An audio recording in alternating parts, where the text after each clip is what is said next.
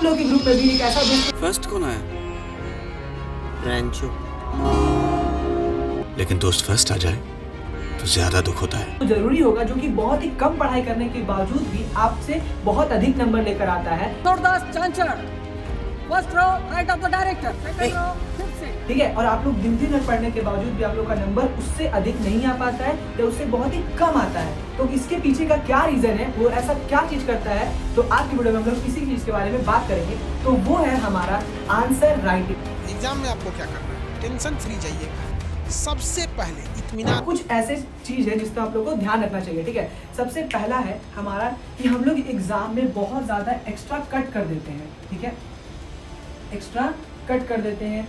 दूसरा रीजन ये हो सकता है कि आपका जो आंसर है वो बहुत ज्यादा बोरिंग है, बहुत ज्यादा डल है। ठीक है, जिससे टीचर जो है वो इम्प्रेस नहीं हो पा रहे हैं।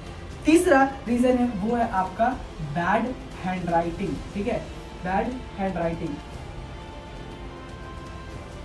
बहुत लोग आपको बोलेंगे कि हैंड राइटिंग से फर्क नहीं पड़ता भाई, जैसे भी लिख के आ जाओ एग्जाम में नंबर मिल जाता है, लेकिन ऐसा नहीं होता है। ठीक है, हैंड राइटिंग का जो असर है वो आपके रिजल्ट पे पड़ता ही, आपका मार्क्स पे बहुत ज्यादा इफेक्ट पड़ता है। ठीक है, फोर्थ पॉइंट हो सकता है हमारा कि एक बहुत ही इंटरेस्टिंग, जो कि मैंने खुद से ही निकाला है, दिखाओ। ठीक है, अभी हम लोग इन सब के बारे में डिटेल से हम लोग एनालिसिस करेंगे और आप लोग को ये चीज कैसे इंप्रूव कर सकते हैं वो भी आपको इस वीडियो में पता चलेगा। फिर लास्ट एक हो सकता है हमारा एक बहुत ही इंटरेस्टिंग कि हम लोग गलती क्या है कि ऑल एग्जाम्स आर सेम, ठीक है। तो ये कुछ जो कॉमन मिथ है या जो हमारा गलती करते हैं, जिसके कारण हम लोग का जो नंबर है वो उस टॉपर वाले बच्चे से कम आता है, क्योंकि आप लोग से बहुत ही कम पढ़ाई करता है। ठीक है, एक्स्ट्रा कट, आप लोग का जो आंसर है वो बोरिंग होता है। फिर हमारा बैड हैंड राइटिंग, दिखाओ, जो कि मेरा बहुत ही इंटरेस्टिंग जो मेरा मेथड है। ठीक है, उसके बाद ऑल एग्जाम्स आर सेम।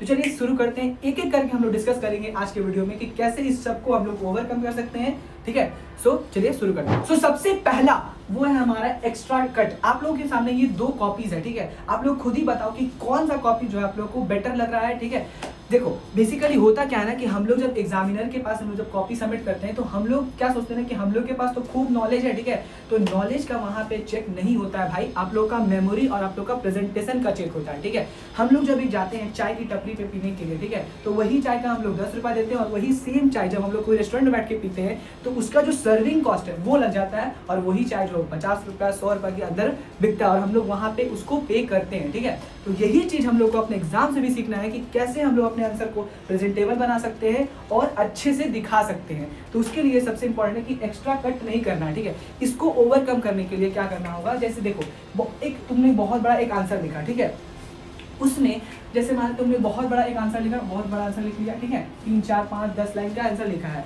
और उसमें तुमको कोई एक छोटा सा मिस्टेक हो गया, जैसे मान लेते हैं यहाँ पे ए नहीं लिखना था या यहाँ पे एन नहीं लिखना था, ये एक छोटा सा स्पेलिंग है वो मिस्टेक हो गया, तुमने उसको क्या कर दिया, कट कर दिया। ठीक है, तो इससे एग्जामिनर का नजर वहां पे जाएगा और उसके से तुम्हारा नंबर पक्का है कि वो कटेगा ही कटेगा। और बहुत बड़ा गलती ये भी होता है, मानते बाई चांस तुम्हारा जो नंबर है या कोई तुम्हारा कोई भी एक, और अगर आप लोग को कट करना भी है तो बहुत बच्चे क्या करते हैं, जैसे मान लेते हैं मैंने अपना नाम लिखा, ठीक है, सुबह, तो इसमें क्या करते हैं कि हम लोग जब उसको कट करते हैं ऐसे ऐसे ऐसे ऐसे कर देते हैं तो ये बहुत ही भद्दा दिखता है। ठीक है, मैं खुद भी बहुत साल से पढ़ा रहा हूँ तो मुझे भी पता है कि कैसे कैसे नंबर्स मिलते हैं। मैं सब चीज़ बताऊंगा, धीरे धीरे करके वीडियो में बने रहो, लास्ट तक देखते रहो। आप लोग को बहुत हद तक आप लोग कम से कम 10 से 15 नंबर तो कहीं नहीं जाने वाला, इंक्रीज हो के ही रहेगा। देखो तो ऐसे कट करने से बहुत ज़्यादा मार्क्स कटता भी है और क्योंकि गलत इम्पैक्ट पड़ता है एज अ टीचर पे। ठीक है, तो अगर मानते हैं तुम लोगों को गलती हो भी गया है और उसको काटना भी है तो सिंपली सिर्फ एक कट करो। ठीक है,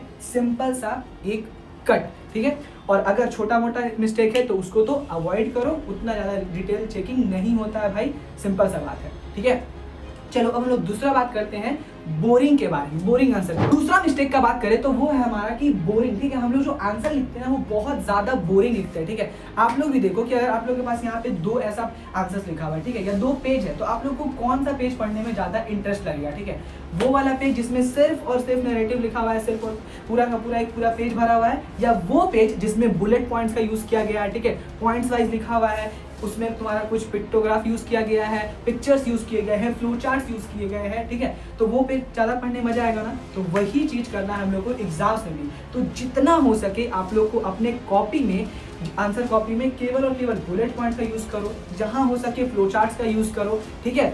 और अपने जब भी तुम लोग लिखो तो हो सके तो पैराग्राफ को चेंज करो, ठीक है, जिससे आपका एग्जामिनर पे इम्पैक्ट अच्छा पड़े, ठीक है। और अपना जो भी तुम्हारा एक बोनस टिप मैं देना चाहूँ तो इससे क्या है ना कि जब भी तुम अपना कॉपी स्टार्ट करो ना तो आपका स्टार्टिंग का जो 1-2 पेज होना चाहिए वो बहुत ही अच्छा होना चाहिए, नीट एंड क्लीन होना चाहिए, ठीक है। और ऑर्डर मेंटेन रखो, अपने क्वेश्चंस को ऑर्डर मेंटेन करो ताकि टीचर्स को दिक्कत ना हो आप लोग को आंसर देने। सो इस तरह से आप लोग अपने बोरिंग आंसर को इंटरेस्टिंग आंसर में बदल सकते हो। कौन कौन सा पॉइंट याद रखना है? बुलेट पॉइंट को यूज करना है। दूसरा कि हम लोगों को पैराग्राफ चेंज करना है, जहां हो सके फ्लो चार्ट्स का यूज करो, ठीक है। और अपने आंसर को अपने हिसाब से जितना हो सके अच्छा बनाने का कोशिश करो भाई। सिंपल सा बात है, बोरिंग आंसर को कोई चेक नहीं करना चाहता है, ठीक है। बस यही करेगा कि बड़ा आंसर लिखा हुआ रहेगा, लगेगा हाँ सही है, 5 मार्क्स रहेगा, 3 मार्क्स देके आगे बढ़ेगा, ठीक है, क्योंकि उसको उतना ज़्यादा इंटरेस्ट नहीं है तुम्हारे कॉपी में। अच्छा लगेगा, फुल में फुल मिलेगा। बुलेट पॉइंट लिखो ताकि उनको पढ़ने में भी आसानी हो, ठीक है। चलो हम लोग बात करते हैं थर्ड मिस्टेक की। थर्ड मिस्टेक है हमारा बैड हैंड राइटिंग, जो कि बहुत लोगों का नंबर कटने का बहुत बड़ा रीजन है, ठीक है।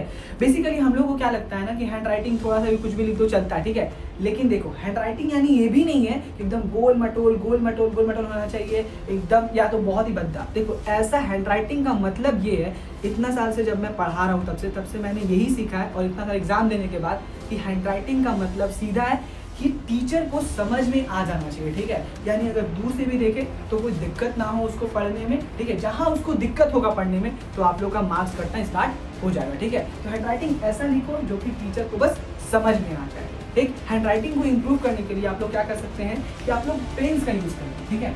यानी देखो भैया पेन का यूज़ करते ही है, नहीं देखो आप समझो, पेन्स का यानी कि आप लोग ब्लैक पेन यूज़ करो और एक ब्लू पेन यूज़ करो, ठीक है। ये आप लोग का हैंड राइटिंग को इम्प्रूव करने में बहुत मदद करेगा, ठीक है। उसके बाद तो हम लोग पिछले डिस्कस यही थे कि बुलेट पॉइंट्स में लिखो, ठीक है। ज़्यादा कट्स मत करो एग्जाम्स में, दिक्कत अगर 1-2 वर्ड का गलती है तो वो इग्नोर कर लो, कोई दिक्कत नहीं होने वाला है, ठीक है।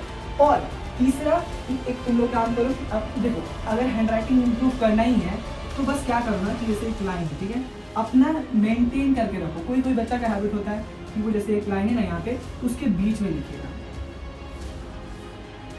ठीक है। तो ये भी सही है देखो, लेकिन इस चीज को मेंटेन करके रखो। अगर तुम लोग को नहीं उतना आ रहा है तो बस सिंपल क्या करो कि जो लाइन है उससे बस लाइन से ऊपर नीचे मत करो, जहां पे होना चाहिए वहां पे करो। बहुत अच्छा हैंड राइटिंग लिखाता है। और वर्ड्स के बीच में गैप देना जरूर स्टार्ट करो, ठीक है। हम लोग क्लास में एक लड़की थी, ठीक है, वो ना बहुत मतलब उतना ज़्यादा पढ़ाई नहीं करती थी, लेकिन उसका एग्जाम में बहुत नंबर आता था। तो एक बार हम लोगों ने उसका कॉपी चेक किया तो वो क्या करती है ना कि एग्जाम में उसका ना एक लाइन नहीं बचता था जगह लिखने के लिए, तो उसका नंबर वैसे ही इंक्रीज कर जाता था। और उसके लिए क्या करती थी वो कि जैसे मान लेते हैं कोई वर्ड्स है, ठीक है, तो 2 वर्ड्स के बीच में जो उसका गैप था वो थोड़ा एक्स्ट्रा था, ठीक है। मतलब बहुत बड़ा एक्स्ट्रा नहीं करना है, इतना लिखना है कि हाँ सफिशिएंट वे में दिखना चाहिए आप लोगों को। तो लोग उससे आपका आंसर भी थोड़ा लॉन्ग होगा और आप लोग का हैंड राइटिंग भी बहुत ही अच्छा दिखेगा। तो ये था कुछ टिप्स जिससे आप लोग बैड हैंड राइटिंग को अपने गुड हैंड राइटिंग को बदल सकते हैं और आप लोग बहुत अच्छा मार्क्स लेकर आएंगे, ठीक है। अब हम लोग बात करते हैं हमारा 4th मिस्टेक के बारे में। हमारा 4th मिस्टेक है वो है हमारा दिखाओ, ठीक है। ये दिखाओ जो है वो मेरे द्वारा खुद का बनाया हुआ है, ठीक है, तो आप लोग को इंटरनेट में नहीं मिलने वाला है। दिखाओ यानी क्या है ना कि बेसिकली मेरा एक सिंपल सा फंडा है कि जो चीज़ दिखेगा वही चीज़ बिकेगा, ठीक है। तो आप लोग जब भी आंसर लिखते हो लंबा चौड़ा, ठीक है, टीचर्स ना उतना अपना दिमाग लगाने वाले नहीं है कि एकदम पूरा लाइन बाय लाइन पढ़ेंगे कि हाँ बच्चा क्या लिखा है नहीं लिखा है, ठीक है। उससे पहले तो मैंने आप लोग बता ही दिया कि हैंड राइटिंग कैसे इंप्रूव करो, बुलेट पॉइंट्स में लिखो, कट्स मत करो, ठीक है। और एक चीज़ है कि जो वर्ड्स तुमको लगता है, जैसे ऐसे है, ठीक है, ऐसे में जो वर्ड तुमको लगता है कि हाँ ये वर्ड मेरा टीचर देखना चाहिए, मैंने बहुत मेहनत से लिखा है भाई, तो सिंपल सा क्या करो उसको अंडरलाइन करो, हाईलाइट करो, ठीक है, ताकि टीचर उस चीज़ को देखे। मतलब जो चीज़ तुम दिखाना चाहते हो वो टीचर वो देखे, तभी जाके आप लोगों को मार्क्स मिलेगा, ठीक है। एज ए टीचर मेरा भी बहुत समय होता है ना कि जब बहुत सारा कॉपीज हो जाता है तो अगर अब हम लोग चेक कर रहे हैं, ठीक है, तो अगर मान लेते हैं कुछ पॉइंट्स मिल गया हम लोग वहीं पे नंबर दे दे आगे बढ़ गए, ठीक है। और नहीं मिला तो फिर ढूंढो, बोरिंग हुआ यानी आपका नंबर कटा, ठीक है। तो सिंपल सा याद रखो, दिखाओ, जो चीज़ तुमको उसमें दिखाना है उस चीज़ को हाईलाइट करो, कि टीचर डायरेक्ट नज़र वहीं पे जाए और नंबर आगे बढ़े, ठीक है। और बहुत ही बड़ा हमारा मिसकंसेप्शन है, मिथ बोलो जो बोलो, कि हम लोग को लगता है ना कि सारा सब्जेक्ट सेम है भाई। जैसे हम लोग एक सब्जेक्ट में प्रैक्टिस कर लिए वही सेम चीज़ प्रोसेस फॉलो करेंगे, सारा सब्जेक्ट में हम लोग का नंबर आ जाएगा। लेकिन भाई ऐसा नहीं होता। जब तुम लोग जाते हो डॉक्टर के पास तो क्या हर एक बीमारी का सेम ही दवाई होता है? ऐसा तो नहीं होता, हर का अलग अलग दवाई होता है। तो उसी तरह से हर एक सब्जेक्ट के लिए अपना अपना स्पेसिफिक आंसर राइटिंग स्किल होता है, ठीक है। सपोज के लिए हम लोग कुछ सब्जेक्ट्स लेते हैं, जैसे मान लेते हैं हमारे पास लिटरेचर है, ठीक है। लिटरेचर में क्या क्या है? हमारे पास हिंदी है भाई, हमारे पास इंग्लिश है, ठीक है। ये 2 सब्जेक्ट है जो कि हमारा लिटरेचर सब्जेक्ट है, ठीक है। तो इसमें ना आप सिर्फ उतना ही लिखकर आइएगा कि जितना वो पूछा है, तो आप लोगों को मार्क्स नहीं मिलने वाला है। वो जितना पूछा है उससे वो ज़्यादा का डिमांड करता है, ठीक है। तो इसीलिए आप लोग जब भी एग्जाम में जाएं तो हिंदी और इंग्लिश में बेसिकली, लिटरेचर सब्जेक्ट में तो आप लोग को ज़्यादा लिखकर आना ही है, ठीक है। जितना पूछा है उससे थोड़ा ज़्यादा, ठीक है। इंग्लिश के लिए मैं एक बोनस टिप देना चाहूँगा कि मेरी मैम थी, ठीक है, ट्यूशन टीचर थी, तो उन्होंने मेरे को एक बार बताया था, उससे मेरा वो भी एक बहुत बड़ा फैक्टर था कि मेरा नंबर जो है वो जहाँ स्कूल में 60 आता था वो 90+ किया, ठीक है। वो क्या बोली थी कि जैसे आंसर को अगर थोड़ा सा बड़ा करना है, ठीक है, तो उसके लिए आप लोग फंडा यूज़ कर सकते हैं कि जैसे कोई भी चैप्टर है, ठीक है, कि हु वाज मटिल्डा, ठीक है।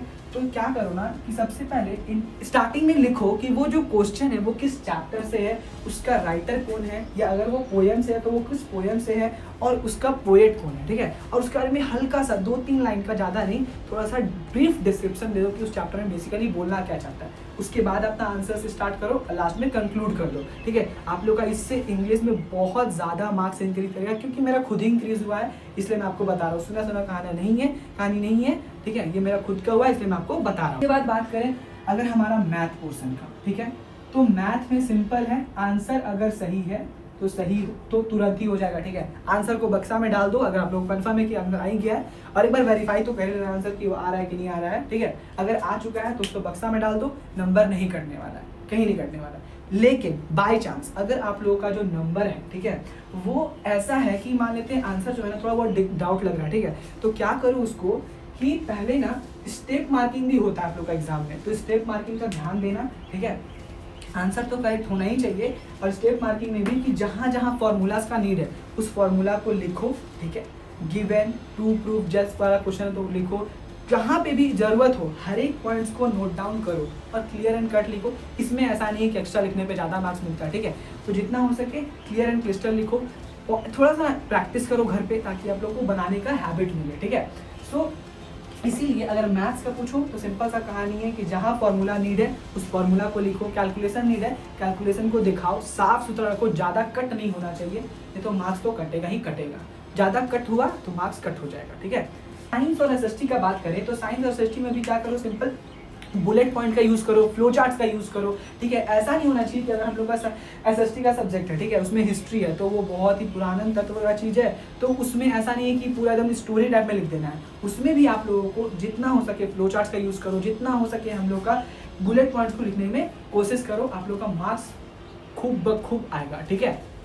और साइंस में भी डायग्राम थोड़ा नीट एंड क्लीन बनाओ, लेबल डायग्राम बनाओ। अगर बाई चांस नहीं बोला है लेबल, सिर्फ डायग्राम बनाने बोला है, फिर भी आप लोग लेबल डायग्राम ही बनाना, ठीक है। उसके बाद थोड़ा बहुत लिख के आना बस, ठीक है। ये चीज़ आप लोग को बहुत ज़्यादा हेल्प करेगा। और हाँ, आप लोग जो है वो सिस्टम यूज़ करना, ठीक है। अगर नहीं बन रहा है तो बहुत बड़ा मिस्टेक नहीं होने वाला है, लेकिन हाँ, अगर आप लोग को सारा क्वेश्चन अटेम्प्ट करना ही है, सारा क्वेश्चन अगर पूरा अच्छे से आता है तो आप लोग 9 वाइज अटेम्प्ट करो, टीचर पे बहुत अच्छा इंप्रेशन बनता है, ठीक है। तो ये था मेरे द्वारा बताया गया कुछ ऐसा पॉइंट्स जो कि आप लोग को आंसर राइटिंग में बहुत ज़्यादा बूस्ट करेगा, ठीक है।